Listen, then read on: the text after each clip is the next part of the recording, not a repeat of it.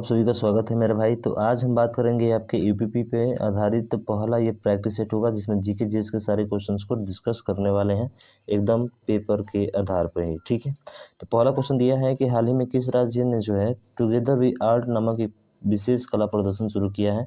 तो ध्यान रखिएगा, ये शुरू किया है आपके बिहार ने। बाकी इस पर कोई जो है आपका व्याख्या करने लायक नहीं है भाई साहब, तो मैं इस पर टाइम नहीं दूंगा। ठीक है ना, आगे चलते हैं।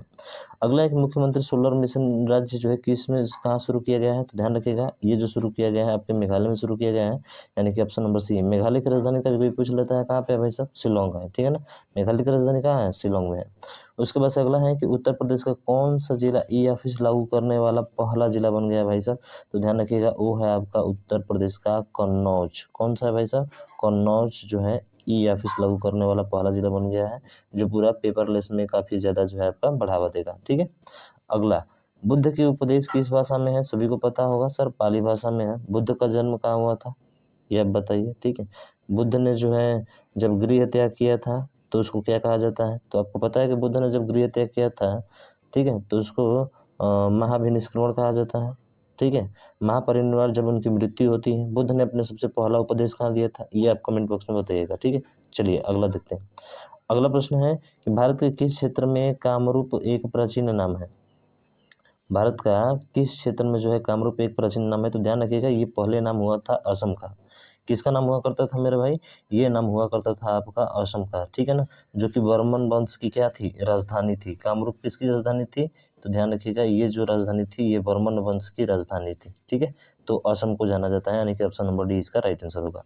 ठीक है, उसके बाद हुमायूं की जीवनी को जो है द्वारा लिखा गया था। तो भैया हुमायूं की ही एक बहन थी जिसका नाम था गुलबदन बेगम, यानी कि इसके द्वारा ही इसकी जीवनी को क्या किया गया है, लिखा गया है। गुलबदन बेगम ने ही लिखा है इसको। ठीक है ना, यानी हुमायूं की बहन पूछी जाए तो कौन है, गुलबदन बेगम है जो उसकी जीवनी लिखी थी। ठीक है ना, इतना बात आपको ध्यान रखना है। चलिए, बाबर और हुमायूं के देशकाल व परिस्थितियों का प्रमाणित विवरण भी इसी में प्रस्तुत किया गया है आपका। ठीक है ना, तो इस चीज़ को भी आपको ध्यान रखना है। अगला देखिए, अगला है एक निम्नलिखित में से औरंगाबाद, जो कि जानते हैं कहाँ है, औरंगाबाद महाराष्ट्र में। और यहीं पे एलोरा की गुफा और अजंता की गुफाएं भी है आपकी, है ना।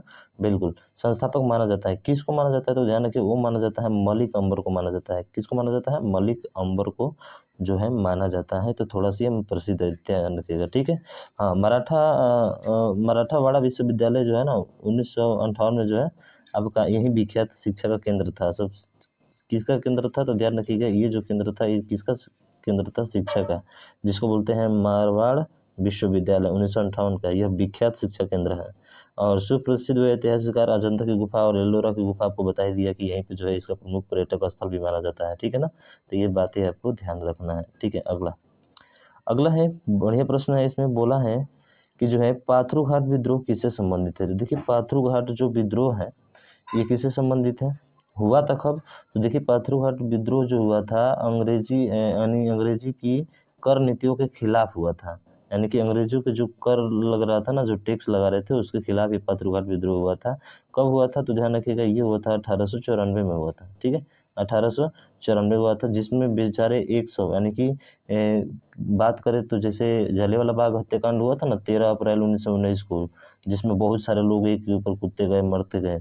ठीक उसी तरह से इसमें किसान विद्रोह हुआ था, यानी इसको किसान विद्रोह के नाम से जाना जाता है, जिसमें 140 किसान उस गोले और बारूद की चपेट में आकर भाई साहब उनकी मृत्यु हो गई थी। ठीक है ना, जिसे जो है पथरी घाट को हम लोग जो है ध्यान रखिएगा, इसी पथरी घाट को असम में जालियांवाला बाग हत्याकांड के नाम से जाना जाता है। ठीक है ना, इसे असम में किस नाम से जाना जाता है, जालियांवाला बाग हत्याकांड के नाम से जो है इसको असम में जाना जाता है भाई साहब। तो ध्यान रखिएगा, बहुत अच्छा प्रश्न है आपका। ठीक है, अगला है कि 1905 में बंगाल के विभाजन के लिए कौन जिम्मेदार था। तो भैया 1905 में विभाजन के लिए जो जिम्मेदार था वो कौन था, अरे वो था आपका लॉर्ड कर्जन। इसी ने तो बंगाल का विभाजन किया था ना, लोगों के बीच में जो है द्वेषपूर्ण जो है भेदभाव कर दिया था इसने हिंदी और मुस्लिम के खिलाफ, यानी कि फूट डालो और राज करो का सिद्धांत इसी ने दिया था। ठीक है ना, इसी ने जो है कराया था, जिसके कारण बंगाल क्या होगा, उसका विभाजन हुआ था। अगला है कि जिस समय भारत को स्वतंत्रता प्राप्ति हुई थी उस समय इंग्लैंड का प्रधानमंत्री कौन था। सभी को पता है, जब बंगाल विभाजन हुआ था उस समय एक जो प्रधानमंत्री था वो था आपका एटली। कौन था मेरे भाई साहब, वो था आपका एटली, जिसका कार्यकाल देखा जाए तो 1945 से 51 तक था। कहाँ तक था भाई साहब, 1945 से 51 तक इसका कार्यकाल था। ठीक, अगला क्वेश्चन देखिए, अगला है कि भारत के संविधान की 7वीं अनुसूची, तो भाई साहब 7वीं अनुसूची जो 7 फेरों वाली होती है, जिसमें समवर्ती सूची, राज्य सूची और उसके बाद से समवर्ती सूची हो गया, राज्य सूची हो गया, फिर से समवर्ती सूची, राज्य सूची, और क्या होता है और बताइए।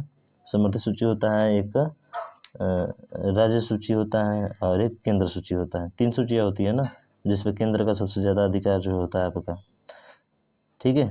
यानी कि देखा जाए तो ये इसमें जो है किसको उल्लेख किया गया है, तो यानी संघ और राज्यों के बीच शक्ति का क्या किया गया है, बंटवारा किया गया है, यानी उसका वितरण किया गया है, ठीक है ना।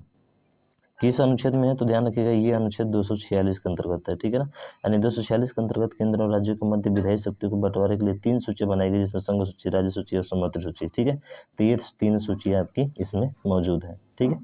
अगला देखिए, संसद के दोनों सदनों को बुलाने की शक्ति किसके पास होती है भाई साहब, वो राष्ट्रपति के पास होती है। किसके पास होती है, राष्ट्रपति के पास होती है, ठीक है ना। तीनों सदनों को बुला सकता है, पर लोकसभा तथा राज्यसभा का संयुक्त बैठक बुला सकता है, जिसकी अध्यक्षता वो नहीं करता है, बल्कि लोकसभा अध्यक्ष करता है। कौन करता है भाई साहब, ध्यान रखिए, बुलाने को तो बुला सकता है राष्ट्रपति, लेकिन लोकसभा अध्यक्ष जो है इसका अध्यक्षता करता है, ठीक है ना। चलिए अगला देखते हैं, और अगला ये रहा आपका। इसमें बोला है कि पंचायती राज संस्थाओं में मध्यवर्ती स्तर को किस नाम से जाता है। देखिए 3 स्तर थे, जिसे बलवंत राय मेहता समिति कहते हैं हम लोग। ग्राम स्तर पर जो है ग्राम पंचायत था, ठीक है। और देखा जाए तो जिला, यानी कि जिला स्तर पर क्या था, जिला पंचायत था, ठीक है। और उसके बाद से आपका मध्यवर्ती जो था, थोड़ा सा ग्राम पंचायत से ऊपर, वो था आपका पंचायत समिति, यानी कि इसका 13 का सी जो है राइट आंसर होगा, तो पंचायत समिति होगा, ठीक है ना। बलवंत राय समिति, बलवंत राय मेहता समिति का सिफारिश पर जो है 3 वस्त्रों में इसको बांटा गया है, ठीक है ना। अगला है, भूमध्य रेखा से ध्रुवों तक सभी समांतर वृत्त के रूप में जाने जाते हैं। तो भैया जानते हैं कि भूमध्य रेखा है सबसे बड़ी भूमध्य रेखा है, जो उत्तरी गोलार्ध और दक्षिण गोलार्ध में इसको बांटता है, ठीक है। तो ऊपर की तरफ जो जाती है वो काल्पनिक रेखाएं होती हैं, ये काल्पनिक रेखाएं होती है, लेकिन ये कैसी होती है, समानांतर होती है, जिसे समांतर अक्षांश रेखा कहा जाता है, ठीक है। बाकी आर्कटिक वृत्त, ठीक है, अंटार्कटिक वृत्त, कर्क रेखा आप जानते हैं। देखिए इसे 0 डिग्री अक्षांश रेखा को भी कहा जाता है, इसे भूमध्य रेखा भी कहा जाता है, ठीक है ना। और ठीक इसके ऊपर जो होती है रेखा, उसको क्या कहा जाता है, उसे कर्क रेखा कहा जाता है। ठीक इसके ऊपर आर्कटिक रेखा, फिर नीचे इसका मकर रेखा, फिर इसके अंटार्कटिक वृत्त, ठीक है ना, ये सब होते हैं। तो जानते हैं 23.5 डिग्री, 66.5 डिग्री, इतना तो पता ही होगा ना, ये जब पूछा नहीं जाता है ऐसे सवाल, ठीक है ना। पर्वतों के अध्ययन को क्या कहते हैं, बहुत अच्छा प्रश्न है भाई साहब। तो ध्यान रखिएगा, ओंकोलॉजी किसको कहा जाता है, अरे ओंकोलॉजी जिसमें कैंसरों का अध्ययन किया जाता है, जिसमें किसका अध्ययन किया जाता है, कैंसरों का अध्ययन किया जाता है। लिथोलॉजी जिसमें पत्थर के छोटे छोटे कणों और उसके आकारों का अध्ययन किया जाता है। ओरोलॉजी, हाँ ओरोलॉजी को ही क्या कहा जाता है, पर्वतों का अध्ययन कहा जाता है। ऑर्निथोलॉजी, तो ध्यान रखिएगा, ऑर्निथोलॉजी ये जो होता है पक्षियों के अध्ययन को कहा जाता है, किसके अध्ययन को, तो ध्यान रखिएगा पक्षियों के अध्ययन को ऑर्निथोलॉजी कहा जाता है, ठीक है। उसके बाद एम्स्टर्डम की राजधानी है, एम्स्टर्डम किसकी राजधानी है, तो ध्यान रखिएगा एम्स्टर्डम जो है वो आपके नीदरलैंड की राजधानी है, ठीक है। एम्स्टर्डम कहाँ की राजधानी है भाई साहब, नीदरलैंड की राजधानी है। कभी कोई पूछा जाता है कि इसकी करेंसी क्या है, तो भैया इसकी करेंसी नीदरलैंड की यूरो है। और इसके साथ साथ दक्षिण कोरिया जिसकी राजधानी सियोल है, इसकी भी करेंसी आपकी क्या है, यूरो है, ठीक है। उसके बाद यूनाइटेड अरब अमीरात अबू धाबी, आप जानते हैं यूनाइटेड अरब अमीरात जो अबू धाबी है, इसका करेंसी पूछा जाता है बहुत बार, ध्यान रखिएगा इसका करेंसी का नाम है दिरहम। क्या है भाई साहब, इसकी करेंसी का नाम है दिरहम। उसके बाद से इटली, ठीक है। उसके बाद से इटली, इटली का सॉरी साउथ अफ्रीका, दक्षिण कोरिया का यूरो नहीं होता है भाई साहब, एक मिनट, दक्षिण कोरिया का यूरो नहीं होता, बल्कि इटली का होता है, इन दोनों का इटली यूरो होता है, ठीक है। दक्षिण कोरिया का तो वान होता है भाई साहब, इसकी करेंसी क्या होती है, वान, और इसका राजधानी सियोल, ठीक है। बात समझ में आ गई, बिल्कुल। चलिए अगले क्वेश्चन की तरफ चलते हैं, अगला रहा ये। इसमें पूछा है निम्नलिखित में से कौन सी एशिया की सबसे बड़ी घाटी है। तो देखिए भाई साहब, एशिया की जो सबसे बड़ी घाटी है वो ही है आपकी चुई घाटी। कौन सी है भाई साहब, तो ध्यान रखिएगा वो है आपकी, सॉरी चुई घाटी नहीं है भाई साहब, ये आपकी डांग घाटी है ना, ठीक है। ध्यान रखिएगा, वी जो होगा इसका राइट आंसर होगा, ये डांग घाटी है, ठीक है ना।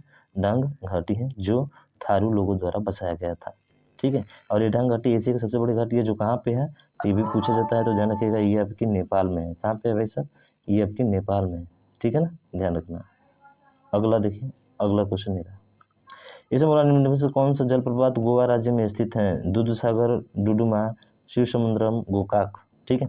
तो सबके बारे में बात करेंगे भाई साहब। तो देखिए इसका तो राइट आंसर होगा दूधसागर, कौन सा होगा मेरा भाई? इसका राइट आंसर होगा दूध सागर। डुडुमा क्या है? तो देखिए डुडुमा जलप्रपात ये भारत के उड़ीसा और आंध्र प्रदेश राज्यों की सीमा पर है, ठीक है ना, यानी कि उड़ीसा और आंध्र प्रदेश, ध्यान रखिएगा, उड़ीसा और आंध्र प्रदेश यानी कि AP, उड़ीसा और आंध्र प्रदेश में ये आपका डुडुमा है, ठीक। और नदी पूछा जाए तो ध्यान रखिएगा, अगर आपसे पूछ लिया जाए कि नदी कौन सी है भाई साहब, तो है मचकुंड नदी। ये तो नदी नहीं पूछेगा इसे, ठीक है, मचकुंड नदी है, ठीक है, मचकुंड नदी। बात करें हम लोग गोकाक की, तो ये जलप्रपात जो है कर्नाटक में घाट प्रभा नदी पर स्थित है। कहाँ पे है? गोकाक, कर्नाटक, ठीक है। तो गोकाक को ध्यान रखिएगा, कर्नाटक में है, ठीक है। शिव समुद्रम ये जलप्रपात कावेरी नदी पर कर्नाटक के मैसूर जिले में स्थित है, ठीक है। ये भी कहाँ है? कर्नाटक। गोकाक, शिव समुद्रम ये दोनों आपके कर्नाटक में ही है, ठीक है ना, दोनों आपके कहाँ है? दोनों आपके कर्नाटक में है। समझ में आ गया? बिल्कुल। अगला है कि गुरु जल जिसे हैवी वाटर बोलते हैं, भारी जल जिसे बोलते हैं D2O, क्या बोला जाता है भाई साहब? D2O बोला जाता है। तो इसका निर्माण कहाँ होता है? तो भाई साहब इसका निर्माण ध्यान रखिएगा ट्राम्बे यानी कि मुंबई में होता है। कहाँ पे होता है? मुंबई में होता है, ठीक है। भारत में दूसरी पंचवर्षीय योजना की अवधि क्या थी? तो भारत में जो दूसरी पंचवर्षीय योजना थी वो आपकी क्या थी? 56 से 61। कितना थी मेरे भाई? 56 से 61, यानी कि ऑप्शन नंबर डी आपका राइट आंसर होगा। इसका लक्ष्य था 4.5% जो है, ठीक है। इसका विकास का लक्ष्य कितना था? 4.5% था, ठीक है, विकास का लक्ष्य। अगला है कि बेसल प्रोटोकॉल निम्नलिखित में से किससे संबंधित है? देखिए बेसल प्रोटोकॉल जो संबंधित है ना, वो है आपके ऑप्शन नंबर डी से, यानी कि खतरनाक अपशिष्ट पदार्थों के सीमा पार स्थानांतरण से है, ठीक है ना। तो इसको आपको ध्यान रखना है, बेसल प्रोटोकॉल, ठीक है ना। बेसल का मतलब जो है कहाँ से संबंधित है, तो ये ध्यान रखिएगा स्विट्जरलैंड से भाई साहब। बेसल किससे संबंधित है? स्विट्जरलैंड से, ठीक है ना, ये स्विट्जरलैंड। चलिए आगे देखते हैं, और अगला क्वेश्चन आपके सामने ये रहा। उत्तर प्रदेश के निम्न में से कौन से जिले की सीमा जो है मध्य प्रदेश को साझा नहीं करती है? इलाहाबाद, मिर्ज़ापुर, इटावा, अलीगढ़। तो मेरे भाई अलीगढ़ जो होता है ना, ये राजस्थान के साथ सॉरी हरियाणा के साथ लगता है। किसके साथ लगता है?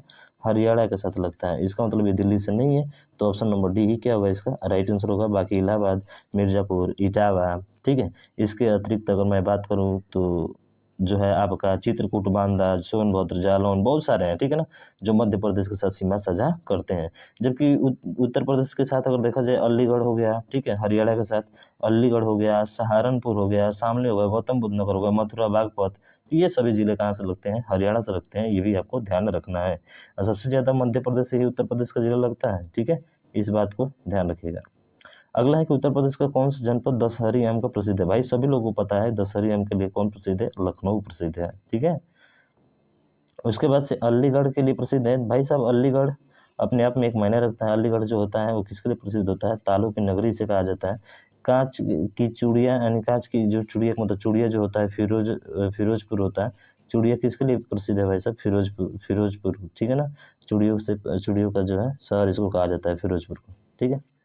अगला, नवाब सिराजुद्दौला की बेगम का प्रसिद्ध मकबरा बहू बेगम का मकबरा निम्नलिखित में से किस स्थान पर अवस्थित है? ठीक है, ये आपको बताना है। तो ध्यान रखिएगा ये है आपके फैजाबाद, ठीक है, कहाँ पे है? फैजाबाद में, ठीक है ना। चलिए बाकी व्याख्या करने के लिए उतना तो है नहीं इसमें।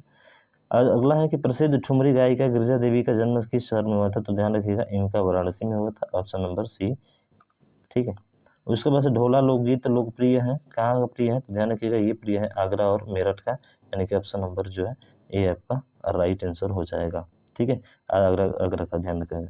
अल्लाह तो ऐसे विश्व जो अल्लाह देखा जाए तो पूरे प्रदेश में प्रसिद्ध है, ज़्यादातर बुंदेलखंड में है, ठीक है ना, इसको भी ध्यान रखिएगा। सफेद धागे का उपयोग करके कपड़े पर की गई प्रसिद्ध कढ़ाई को क्या कहा जाता है? तो इसकी कढ़ाई को कहा जाता है चिकनकारी। क्या कहा जाता है मेरे भाई? चिकनकारी कहा जाता है, ध्यान रखिएगा। और इसकी शुरुआत मुगल शासक नूरजहाँ ने की थी, नूरजहाँ का समय की गई थी। और ये सफ़ेद धागों का उपयोग करके कपड़ों पर क्या करते थे? एक तरह की प्रसिद्ध कढ़ाई थी भाई साहब, ठीक है। अगला देखिए, अगला प्रश्न आपका ये रहा। इसमें बोला है कि Uttar Pradesh armed constable act किस वर्ष पारित हुआ था? तो ये पारित हुआ था आपके 1948 में, यानी कि ऑप्शन नंबर ए इसका राइट आंसर हो जाएगा। इसमें जो है पुलिस यानी सैन्य पुलिस और उसके बाद से उत्तर प्रदेश राज्य सशस्त्र पुलिस को भी जो है मिलाकर आर्म्ड कांस्टेबल एक्ट जो है बनाया गया था, ठीक है। अगला, ये किसी व्यक्ति के निकट दृष्टि दोष, देखिए निकट दृष्टि दोष को एक और बोला जाता है, इसको हम लोग मायोपिया भी बोलते हैं। क्या बोलते हैं मेरे भाई? इसको मायोपिया भी कहा जाता है, तो कभी कभी ये भी दे देता है, ध्यान रखिएगा। और कौन सा लेंस प्रयोग करते हैं? तो निकट के लिए जो है हम लोग प्रयोग करते हैं अवतल। कौन सा लेंस प्रयोग करते हैं? अवतल लेंस का प्रयोग करते हैं, ठीक है। और अवतल लेंस क्या करता है? सर प्रकाश की किरणों को फैलाता है, जिसे अपसारी लेंस भी कहा जाता है, यानी कि ऑप्शन नंबर ए क्या होगा इसका राइट आंसर होगा। अगर बात करें अभिसारी लेंस की, तो आप जानते हैं अभिसारी लेंस किसके लिए प्रयोग किया जाता है? दूरदृष्टि दोष के लिए, जिसको हाइपरमेट्रोपिया बोलते हैं। बेलनाकार लेंस किसका प्रयोग किया जाता है? देखिए द्विफोकसीय लेंस, ठीक है, एक बेलनाकार लेंस होता है, ठीक है, इसी को द्विफोकसीय लेंस कहा जाता है। बेलनाकार लेंस बेलनाकार लेंस अलग होता है, ठीक है। बेलनाकार लेंस जो होता है ये अबिंदुकता है, यानी कि एक साथ ऊर्ध्वाधर और क्षैतिज को जब दिखाया जाएगा ना, तो व्यक्ति जो है इसमें विभेद नहीं कर पाता है, इसी को अबिंदुकता कहा जाता है। और इसको दूर करने के लिए बेलनाकार लेंस का प्रयोग किया जाता है, ठीक। चंद्रशेखर सिंह, आप जानते हैं सुब्रमण्यम चंद्रशेखर को जो है भौतिकी का नोबेल पुरस्कार दिया गया था, और इस चंद्रशेखर का मतलब होता है सितारों पर। कहाँ पे भाई? सितारों पर, ठीक है। उसके बाद अगला है, निम्नलिखित धातुओं में से कौन सी फोटो फिल्मों में इस्तेमाल की जाती हैं? तो ध्यान रखिएगा वो रजत धातुएं होती हैं। कौन सी धातु होती है भाई साहब? रजत। बाकी बात करें एक और इसमें दिया गया है पारा, प्लेटिनम जो सबसे महंगी धातु है, पारा जो कमरे के ताप पर द्रव अवस्था में पाई जाती है। ये आपको ध्यान रखना है कि कमरे के ताप पर द्रव अवस्था में कौन पाई जाती है? तो पारा पाई जाती है, ठीक। उसके बाद से अगला है कि रैम का किस प्रकार का संग्रहण मेमोरी है? तो देखिए रैम जो है जिसका फुल फॉर्म होता है रैंडम एक्सेस मेमोरी। क्या होता है मेरे भाई साहब? रैंडम एक्सेस मेमोरी होता है, यानी कि देखा जाए तो ये जो होता है आपका एक प्राथमिक उपकरण है। कौन सा है भाई साहब? प्राथमिक जो है संग्राहक मेमोरी है, ध्यान रखिएगा, ठीक है। यानी कि जैसे ही विद्युत आपूर्ति बंद हो जाता है ना, तो ये डाटा सारा इसमें से क्या हो जाता है? समाप्त हो जाता है, ठीक है, सारा डाटा समाप्त कर देता है। अगला है कि किस पादप हार्मोन की सांद्रता जो है पौधे के शीर्ष पर सबसे अधिक होती है और जड़ों के नजदीक पहुंचने पर बढ़ती जाती है? तो सिंपल सा बात है भाई साहब, वो ऑक्सीजन होता है, ठीक है। पौधे के नीचे कम होता है और इसके पत्तियों में सबसे ज़्यादा होता है, ठीक है। उसके बाद अगला है कि केबुल लमजाओ राष्ट्रीय उद्यान दुनिया का एकमात्र तैरता हुआ राष्ट्रीय उद्यान है जो स्थित है। केबुल लमजाओ ये कहाँ पे है? तो ध्यान रखिएगा ये है आपके मणिपुर में है भाई साहब। कहाँ पे है? मणिपुर में है, जो कि 40 वर्ग किलोमीटर क्षेत्रफल में फैला हुआ है और दुनिया का एकमात्र तैरता हुआ राष्ट्रीय उद्यान है, ठीक है। और मणिपुर की विश्व प्रसिद्ध लोकटक झील का एक अभिन्न हिस्सा भी है। विश्व प्रसिद्ध लोकटक झील, ध्यान रखिएगा, ठीक है। कहाँ की है? मणिपुर की, सॉरी विश्व लोकटक झील जो है मणिपुर की, बिल्कुल। चलिए अगला देखें।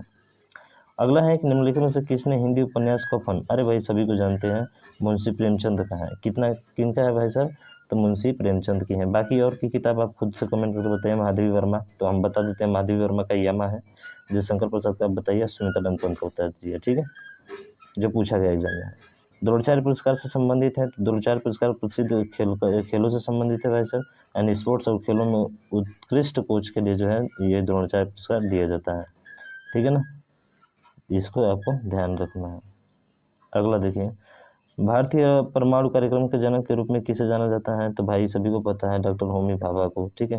होमी जहांगीर भाभा को जो है माना जाता है किसके रूप में? भारतीय परमाणु कार्यक्रम के जनक के रूप में। तो मेरे भाई ये 38 प्रश्न आपको तो अच्छे समझ में आ गए होंगे, ठीक है।